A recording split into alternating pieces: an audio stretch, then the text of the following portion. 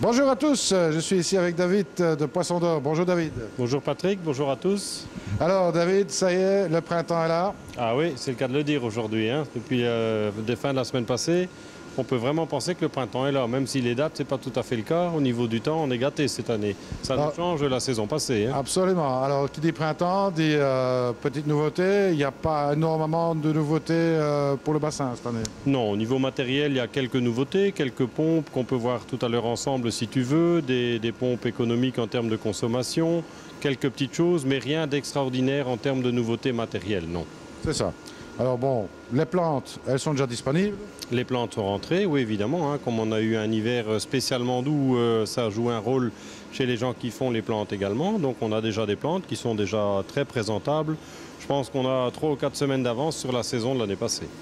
Nouveauté ici dans la serre, bon, c'est ici à ma droite, à votre gauche si vous préférez, ce sont des nouveaux bacs ici que tu as installés pour présenter les esturgeons. Tout à fait. Alors chaque année on a un assortiment qui est de plus en plus grand en variété et en taille d'esturgeons.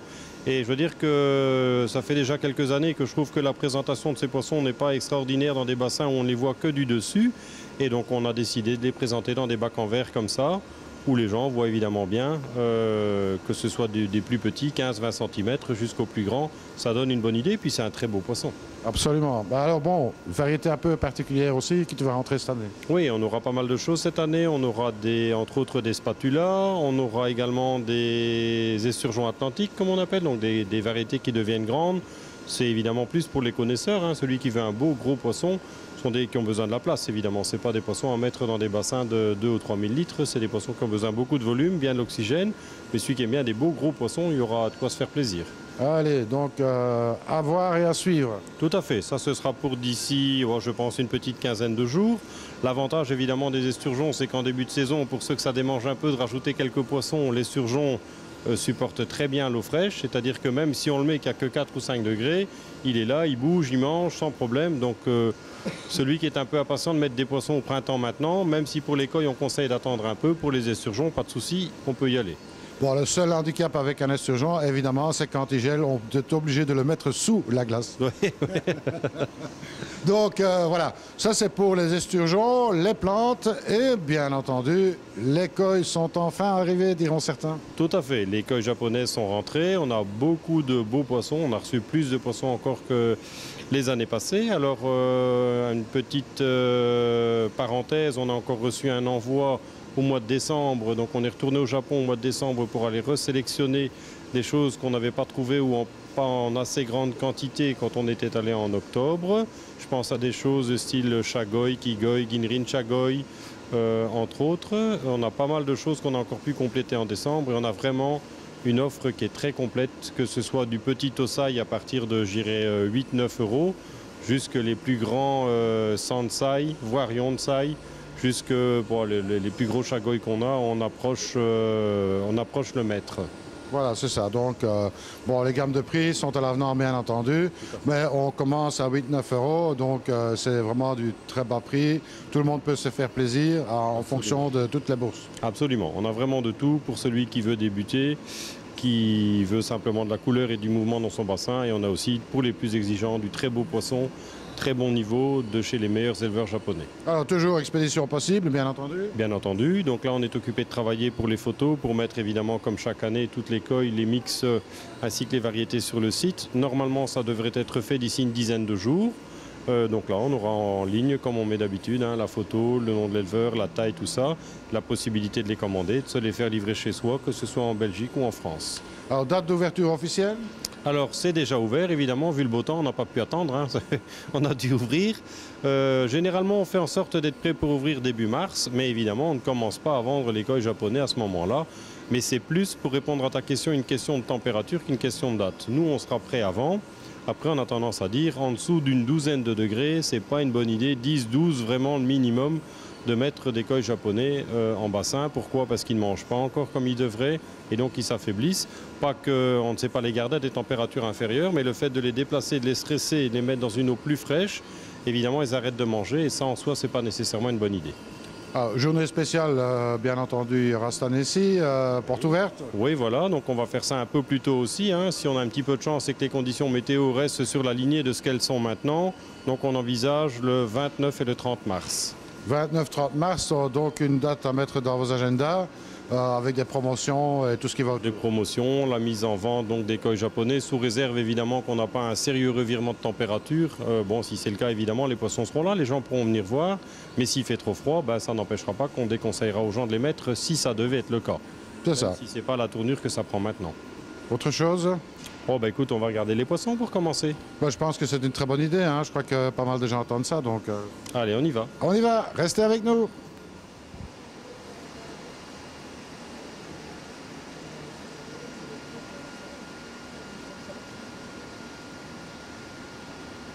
Ça tourne?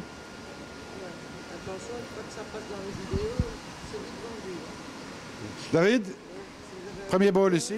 Premier bowl, donc là on a mis quelques Doitsu Yamato, quelques Goshiki, Ginrin Goshiki et quelques Doitsu Showa, de deux éleveurs avec qui on travaille régulièrement et dont on est toujours très content. Il s'agit d'Iroy pour le premier et Kazé pour le second. Donc voilà, un très beau mix, très coloré, des poissons qui se situent, allez, je dirais entre 15 et 20 cm pour les plus grands. C'est ça, bon... De quoi colorer son bassin, effectivement. Hein. Le budget est extrêmement raisonnable, donc voilà, c'est de quoi bien démarrer un beau petit bassin. Tout à fait. Puis il y a des choses comme là, des beaux goshiki comme ça reste difficile à trouver. Alors attention, on n'en a pas des masses. Hein. Goshiki, on n'en a pas beaucoup, mais on espère en recevoir d'autres pour le deuxième envoi qui ne doit pas tarder à arriver. Eh bien, ça va. On attend ça avec impatience. En attendant, on va passer à un autre bac. Allons-y. Voilà, David, deuxième bowl ici. Deuxième bowl, donc là du classique, rien d'extraordinaire, mais j'ai voulu montrer un peu parce qu'il y a toujours pas mal d'amateurs pour des belles variétés métalliques comme ça. Donc là, j'ai mis un chagoy, on en a pas mal de chagoy de ce style-là, marron foncé comme ça a toujours bien du succès. Quelques Doitsu. On verra tout à l'heure, on a d'autres très beaux chagoy pour celui qui veut du plus clair et du Ginrin. On a trouvé pas mal de choses. Et on a également trouvé des Kigoi dans le même genre de taille. Donc là, on est sur des poissons qui font, je dirais, aller entre 20 et 25 cm, dans lesquels on a aussi un très bel assortiment. Ouais, c'est un peu plus grand que le bowl précédent. Oui, tout à fait. Donc ça, c'est une petite taille au-dessus. Et donc voilà, après, on va aller voir. Maintenant, je vais faire des bowls un petit peu par variété. Allez, on y va. On y va.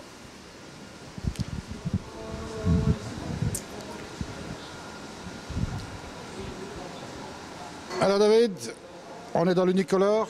On est dans l'unicolore, donc là ça va peut-être surprendre certaines personnes que je présente comme ça du Yamabuki et puis des platinas blanches parce que tout le monde pense que c'est très courant, il y en a partout et c'est un petit peu tout le temps la même chose.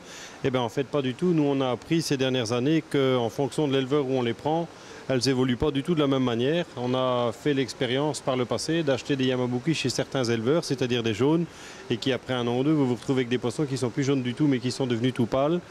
Là, l'éleveur chez qui on achète les jaunes, les Yamabuki, donc on s'est rendu compte que chez lui, curieusement, avec les conditions qu'on a chez nous, ils deviennent de plus en plus beaux et généralement de plus en plus jaunes, contrairement à devenir tout pâles. Et pour ce qui est des Purashina, les blanches, un petit peu la même histoire. Hein. Il y a des variétés, il y a différents éleveurs qui font ça. Et jusqu'à aujourd'hui, il n'y en a qu'un chez qui on a pu trouver ce niveau de qualité-là, où on garde vraiment cette pureté de blanc, même quand ils se développent et qu'ils grandissent. Ici, il s'agit de Ginrin, bien sûr. Voilà, là, il y a essentiellement du Ginrin. Alors, il y a les deux. Hein. Il y a classique, il y a Ginrin et classique. Alors, j'ai donné un coup d'épuisette sans aller choisir une par une. Donc, ça montre vraiment le niveau général. On n'a absolument pas été retiré les plus beaux pour montrer en vidéo, juste pour donner une idée vraiment de la qualité et du niveau dont on dispose. Et je veux dire que là, les deux éleveurs en question font vraiment du très très bon boulot. Et ben voilà. Mais, bien entendu, il y a autre chose. Il y a autre chose. Maintenant, on va rajouter un petit peu de couleur. Allez, on y va.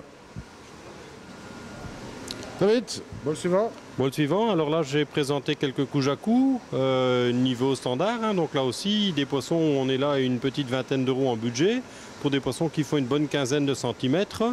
Pas facile à trouver non plus des beaux Kujaku, et cette année on a trouvé un très bon rapport qualité-prix que j'ai voulu présenter. Donc là on en a mis encore une fois un petit échantillon qui donne une très bonne idée générale. Bon, vingtaine d'euros, on se casse pas le pied, bon, et Voilà. on a de la couleur. Oui, tout à fait, c'est coloré, c'est brillant, c'est un poisson qui a toujours pas mal de succès. Absolument, ça reste toujours un des poissons qu'il faut absolument avoir dans son bassin. Oui, voilà, tout à fait. Je dis pas qu'il en faut 20, mais bon, hein, c'est toujours sympa. Absolument. Voilà, on continue. Attendez une minute. Alors David, on rentre dans les chiros. Alors voilà, quelques Shiro Utsuri, d'un éleveur qui est très connu pour ceci, qui est Omosako. Grand nom pour les Shiro, donc c'est des poissons qui plaisent toujours. On n'en a jamais des grandes quantités. Là aussi, hein, c'est comme pour beaucoup, on n'en met pas 10 en général dans un bassin. Mais un beau Shiro, c'est toujours agréable d'avoir ça dans son assortiment. Absolument. Alors maintenant, il faut bien se rendre compte que ce sont des tout jeunes poissons et qui demandent évidemment de maturer un petit peu. Absolument. Donc là, j'ai présenté différentes choses dedans, hein. Il y en a qui sont plus noirs dedans, d'autres qui sont plus clairs déjà, où on voit bien que le soumis n'est pas encore sorti. Mais quelquefois, les plus clairs au départ sont aussi les plus beaux à long terme. C'est-à-dire que on voit bien le soumis qui apparaît un petit peu à la fois et ils deviennent de plus en plus noirs en grandissant. C'est ça. Bon, un poisson qui grandit très bien, certainement ceux de chez Omosako, hein, qui est une très bonne lignée. Oui, absolument. Oui, il est très connu pour ses Shiro, hein. Alors, gamme de prix, Alors là aussi, hein, on est dans, je dirais, aux alentours de 25 €, donc un budget tout à fait abordable pour des Shiro Utsuri de ce niveau-là. sachant en tous les cas qu'un koi adulte chez Omosako, c'est pas le même budget. Quelquefois, on peut casser sa tirelire, hein. Ah, absolument, il n'y a pas que ça tirer. Voilà, on continue. On y va. Alors David, ici c'est comme le fromage belge et un peu de tout. Il y a un peu de tout, voilà. J'ai fait un petit mix aussi. Tout ça, ça vient d'un éleveur avec qui on travaille toujours beaucoup et de plus en plus même, je peux dire. Là, donc, j'ai mis un assortiment de ce qu'il nous propose. Il y a du Doitsu Kohaku, Doitsu Sanke, Doitsu Showa. Ensuite, on a du Ginrin Showa, Iutsuri et Ginrin Iutsuri. Donc, un bel assortiment, bien brillant, bien coloré. Des poissons d'une belle qualité. Et l'éleveur Et Shinoda. Shinoda. Voilà. Bon, un éleveur qu'on ne présente plus, hein, c'est un des grands noms de Niigata. Ah oui, pour les Doitsu et les Iutsuri, sans aucun doute. Et chaque année, il nous fait de plus en plus de très beaux Ginrin Showa. Eh ben, tant mieux, ça fait plaisir à tout le monde, surtout qu'il y a beaucoup d'amateurs sur les Showa. Absolument. Remarque que les Kohaku sont pas mal non plus. Oui, les Doitsu Kohaku sont très beaux aussi cette année. Oui, absolument. Là, des poissons qui font quoi, une quinzaine de centimètres et en termes de budget, une petite vingtaine d'euros. Toujours plus que de raisonnable. Tout à fait. Pour des poissons de ce niveau-là, oui, absolument. Allez, on continue. On continue. Alors David, ici, on a une variété qu'on aime bien, ce sont les asagi et pas les asagi, car je dis toujours, il ne faut pas être sage, donc on ne peut pas avoir des asagi dans les koi. Oui, comme tu dis, donc là on a quelques beaux asagi de chez un éleveur qui est très connu pour ceci, qui est Kataoka. Très beau poisson, très bon niveau. Et à côté de ça, on a aussi des très beaux Yamabuki qui viennent de chez Izumiya, donc lui aussi vraisemblablement le nom le plus renommé pour les Yamabuki au Japon. C'est ça. Bon, évidemment, ce sont déjà des poissons qui ont un peu plus de taille, comme tu dis, donc un budget un petit peu plus cher. Oui, là on est à... Ça reste raisonnable, hein. On est pour des poissons de ce niveau-là aux alentours d'une soixantaine d'euros, donc ça reste tout à fait abordable pour des poissons de cette lignée-là, de ces éleveurs en question. Alors il faut préciser aussi que les asagi, ils n'ont pas encore, évidemment, comme ce qu'on peut voir quand on voit des belles photos d'un champion asagi sur un calendrier ou même sur des vainqueurs au championnat. Mais on voit bien que ce sont des poissons qui ont beaucoup de potentiel pour le futur. Il faut savoir qu'un asagi qui est tout à fait développé à cette taille-là, c'est-à-dire tout bleu au-dessus, tout rouge en dessous, en général, il a tendance à devenir un peu plus pâle, un peu plus clair en grandissant que les asagi de Kataoka. Ça a plutôt tendance à être l'inverse. Quand ils sont petits, ils sont tout gris. Et au fur et à mesure qu'ils grandissent, et ça fait vraiment partie du plaisir des koi, c'est de voir évoluer ces poissons et en même temps de les voir grandir, on les voit également prendre de la couleur et devenir de plus en plus beaux. Ça fait évidemment, à mon avis, vraiment partie du plaisir de tout amateur de koi. Oui, bien sûr, les Yamabuki, comme les asagi, sont des poissons qui prennent aussi une belle taille. Oui, oui, absolument. Ça, c'est des poissons qui évoluent très bien. D'ailleurs, on a eu l'occasion de trouver de très beaux asagi l'année passée en octobre, hein, donc des Sansai, que je ne dise pas de bêtises, très bon niveau, très très beaux poissons des mêmes éleveurs. C'est ça. Il a vraiment une lignée pour les asagi qui est exceptionnelle pour le moment. Il reste encore quand même de Nisai disponibles. Hein. Oui, oui, on a encore quelques beaux Nisai de chez lui, que ce soit d'ailleurs des deux mêmes éleveurs, hein, que ce soit les asagi et que ce soit les Yamabuki, on a encore les Nisai pour les deux. C'est ça. Bon, il y a encore d'autres choses, bien entendu. Oui, en Nisai, on a encore un très très beau choix, mais je veux dire qu'on avait pris spécialement beaucoup en octobre l'année passée et on a toujours un très très bel assortiment. C'est ça, mais enfin bon, là, il faudrait quand même plus trop traîner malgré tout. Mais là, les photos sont disponibles à la pièce. Oui, oui, là les photos sont sur le site disponibles à la pièce où là les gens sont sûrs que quand ils choisissent un poisson, c'est celui-là qu'ils ont et pas un autre. Exactement, tandis que ceci ici, bien entendu, il faut soit faire une commande et ça fait partie du mix.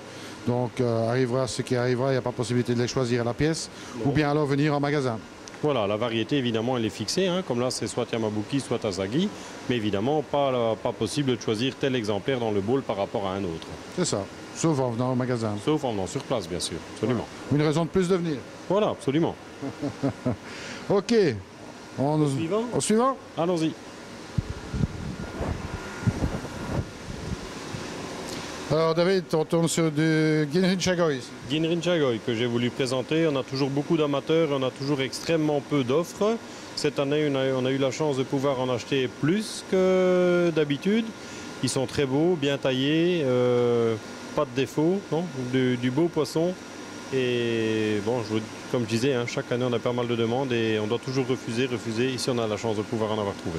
Alors là, on est déjà dans une taille un peu plus conséquente. Hein. Oui, là on est aux alentours d'une trentaine de centimètres, entre 30 et 35 pour les plus grands. C'est ça, beau Ginrin, bien brillant. Voilà. Donc voilà, sympa.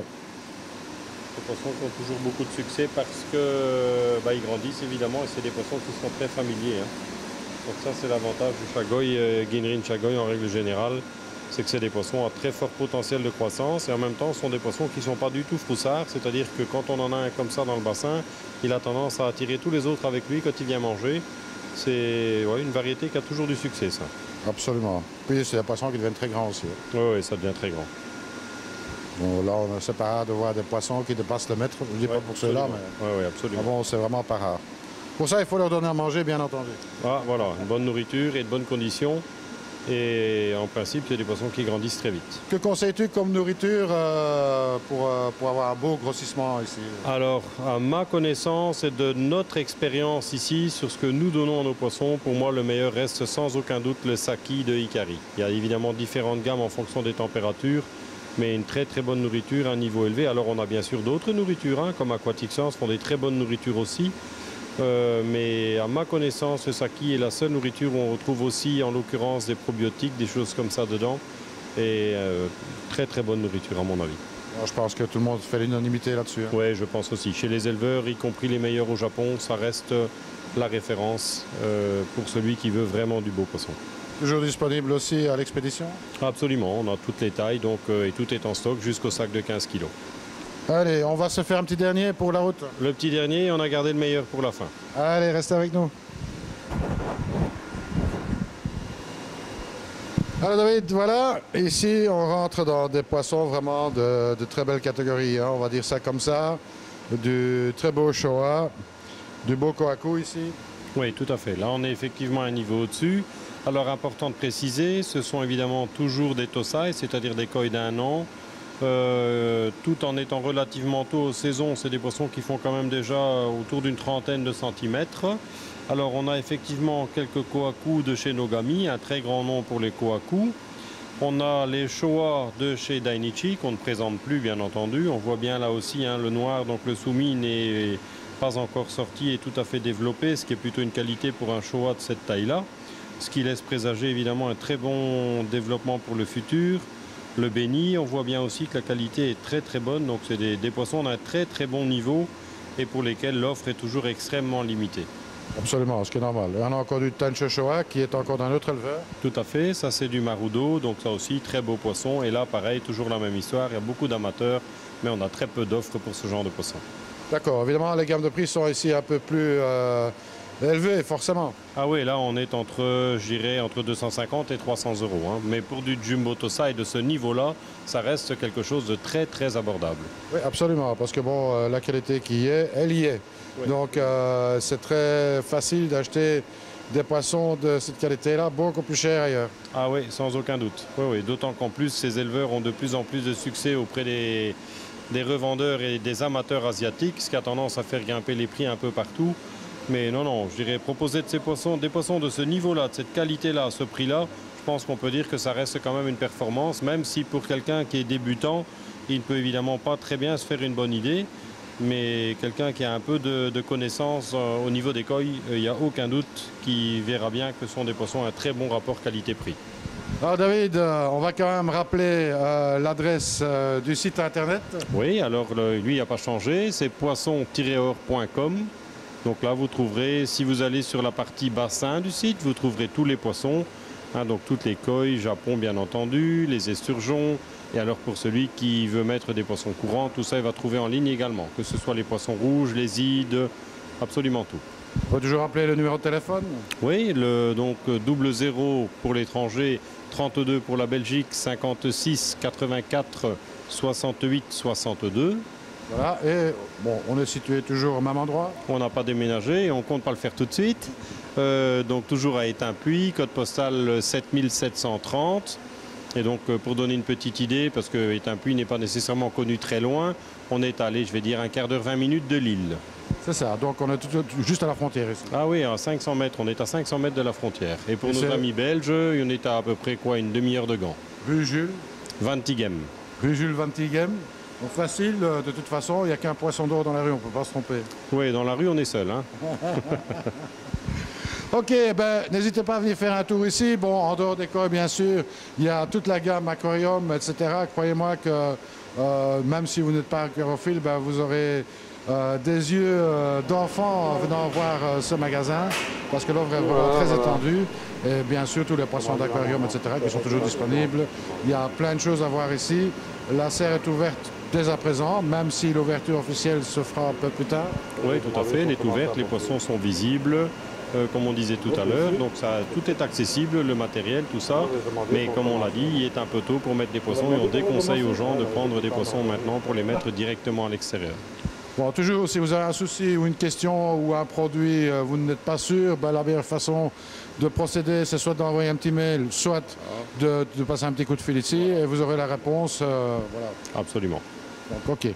Donc, toutes les expéditions sont possibles au travers de toute la France continentale. Oui, oui, oui. Là, on a évidemment un facteur à prendre en compte, c'est que le climat dans le sud de la France n'est évidemment pas le même que chez nous. Et pour les amateurs de cette région-là, bah, il va évidemment être possible d'introduire les poissons plus tôt que cela n'est le cas chez nous, bien entendu. Hein. Exactement. Donc, bah, profitez-en. Puis, si ce serait vraiment très aimable de votre part de nous envoyer un peu de soleil aussi, hein, les gens du Sud. Hein. Oui, encore que pour le moment, on ne va pas se plaindre. Hein. Absolument. Mais enfin, bon, hein, qui sait. Ben, David, encore un grand merci pour toutes ces explications et de nous avoir montré ta sélection 2014 de Topside. Donc, je rappelle que c'est pas fini. Il y en a encore qui vont rentrer plus tard dans la saison. Tout à fait. On va recevoir encore 2 ou 3 arrivages cette saison. Donc maintenant, le prochain est prévu vraisemblablement autour de mi-avril. Eh bien, à très bientôt. Et comme je dis toujours, surtout, ne soyez pas sages. Salut à tous.